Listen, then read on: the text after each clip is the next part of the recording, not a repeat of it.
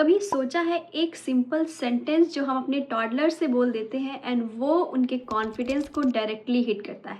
आज मैं आपसे 3 चीज़ें शेयर करूंगी जो हमें अपने टॉडलर से नहीं बोलनी चाहिए एंड उसकी जगह उन्हें क्या बोलना चाहिए। Hi moms, welcome and welcome back to my channel. My name is Arshi and I am a mom of 2। So first point is you are so naughty. So toddler age 1 से एज 3 तक होता है, देन उसके बाद pre Schuler होता है।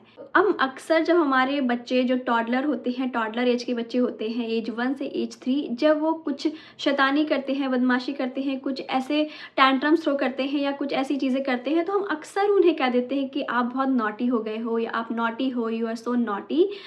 अच्छा, ये हमें क्यों नहीं बोलना चाहिए? सी, जब हम नॉटी बोलते हैं ना, तो ये जो वर्ड है ना, ये उनके ऊपर एक लेबल लग जाता है, उनके बिहेवियर पे नहीं, उन पे लेबल लग जाता है। तो जब हम बार बार ये सेंटेंस बोलते हैं ना, तो बच्चा ये समझने लगता है कि मैं तो ऐसा ही हूँ, मतलब मैं तो नॉटी हूँ। उसको ये समझ नहीं आता कि उसका बिहेवियर गलत था। हम उसके बिहेवियर को नहीं आइडेंटिफाई करते हैं। तो जब भी बच्चा कोई शैतानी करता है तो उसको लगता है कि मैं ऐसा ही हूँ, इसलिए मैं ऐसे करता हूँ। उसको ये नहीं समझ में आता है कि हाँ, मैंने कुछ गलत काम किया। इसकी जगह आपको क्या बोलना है? आपको बोलना है कि I don't like this behaviour. आपको बोलना है कि मुझे आपका ये बिहेवियर पसंद नहीं आया। जैसे आपके बच्चे ने टॉयज़ फेंक दिए, तो आपको ये नहीं बोलना है कि आप नॉटी हो गए हो या यू आर नॉटी। आपको बोलना है कि आपने टॉयज़ फेंक दिए, मुझे आपका ये बिहेवियर पसंद नहीं आया, चलिए मिलकर इसे क्लीन करते हैं। तो जब भी आपका बच्चा कुछ ऐसे टैंट्रम्स थ्रो करेगा या कुछ ऐसी चीज़ें करेगा, तो उसको ये समझना है कि उसने वो चीज़ें गलत करी हैं, ना कि उसको ये समझना है कि मैं गलत हूँ। Point number 2, stop crying. अक्सर जब हमारे बच्चे रो रहे होते हैं तो सबसे पहले हम उन्हें यही बोलते हैं कि बस रोना बंद करो, स्टॉप क्राइंग, बहुत हो गया, अब नहीं रोते हैं, अच्छे बच्चे नहीं रोते हैं। ये कहना बिल्कुल भी सही नहीं है। क्यों? क्योंकि अगर हम अपनी बात लें तो जब हम बहुत खुश होते हैं तो हम चीज़ें शेयर करते हैं, अपनी हैप्पीनेस शेयर करते हैं, या जब हम बहुत सैड होते हैं तो हम अपने फ्रेंड से या क्लोज फ्रेंड से वो चीज़ें एक्सप्रेस करते हैं। सैड फीलिंग है तो वो एक्सप्रेस करते हैं, हमें रोना है तो हम रो कर एक्सप्रेस करते हैं, एंड उसके बाद हमें कितना अच्छा फील होता है। मतलब हमने अपनी फीलिंग एक्सप्रेस करी, उसके बाद हमें बहुत अच्छा फील होता है। वहीं अगर बच्चे अपनी फीलिंग एक्सप्रेस कर रहे हैं, या तो बच्चा बहुत हैप्पी होगा, सैड होगा, रोएगा, अगर उसे कुछ हर्ट हुआ है तो वो रो कर अपनी फीलिंग एक्सप्रेस करेगा। एंड वहीं अगर हम उसको बोलते हैं कि बस अब आप चुप हो जाओ, तो ये उसकी फीलिंग्स को दबा देता है। ये चीज़ें उस बच्चों को भी ये फील होता है कि मेरी फीलिंग्स वैलिड नहीं है, इम्पॉर्टेंट नहीं है। तो ये कहना बिल्कुल भी ठीक नहीं है। इसकी जगह आप क्या कह सकते हैं कि it's okay to feel upset. जैसे आपका बच्चा रो रहा है तो उसको तुरंत राइट अवे चुप कराने के बजाय आप बोल सकते हैं कि I know you are hurt and it's okay to cry. मतलब मुझे पता है कि आपको हर्ट हुआ है एंड आप रो सकते हैं, लेकिन आप मम्मा से शेयर करिए कि आपको कैसा फील हो रहा है, आपको कहाँ पे हर्ट हुआ है, एंड फिर उसका सल्यूशन ढूंढते हैं।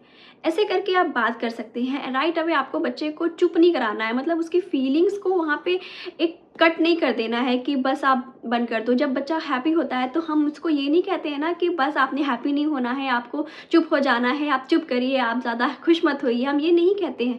तो वही जब बच्चा रो रहा होता है तो उसको हमें चुप नहीं कराना है। तो आप कह सकते हैं कि आई नो आपको बुरा लग रहा है, चलो साथ में बात करते हैं, let's take a deep breath together and will share everything. Point number 3 is good job. अक्सर जब हमारे बच्चे कुछ अच्छा काम करते हैं तो हमारे मुंह से बस यही निकलता है, गुड जॉब। अब ये चीज़ क्यों नहीं कहना है? क्योंकि इससे बच्चा हर बार प्रेज पे डिपेंड हो जाएगा। मतलब उसने कुछ किया एंड उसको लगेगा मुझे अब कॉम्प्लीमेंट चाहिए, मुझे अब प्रेज चाहिए। इससे ये होता है कि बच्चा जब कोई काम कर रहा है और वो सक्सेसफुल नहीं होता है तो बच्चा सैड हो जाता है, क्योंकि उसको फिर वो गुड जॉब, वो प्रेज नहीं मिलेगा, राइट? तो हमने फोकस करना है एफर्ट्स पे, ना कि आउटकम पे। लेट्स सपोज आपका बच्चा कोई टावर बिल्ड कर रहा है पजल से, तो अगर उससे टावर बन गया तो आप कह सकते हैं कि you work hard on this tower, मुझे पसंद आया, आपने बहुत मेहनत करी है इस टावर पे एंड मुझे पसंद आया, आपने इतना ज़्यादा एफर्ट लगाया। एंड अगर आपका बच्चा टावर नहीं बना पाया तो आपने कहना है कि आई नो आपने बहुत मेहनत करी थी, लेकिन चलो फिर से मिल के बनाते हैं। तो इससे बच्चा जो है प्रेस पे डिपेंडेंट नहीं रहेगा, उसको ये लगेगा कि मैंने काम तो किया, मैंने मेहनत करी। आज के टाइम में कितनी बार हमें इमीडिएट सक्सेस मिलती है, नहीं मिलती, बहुत बार फेल होने के बाद हमें सक्सेस मिलती है। तो हमें अपने बच्चों को फेलियर के लिए भी रेडी करना है कि हमारे बच्चे फेलियर को कैसे लेते हैं।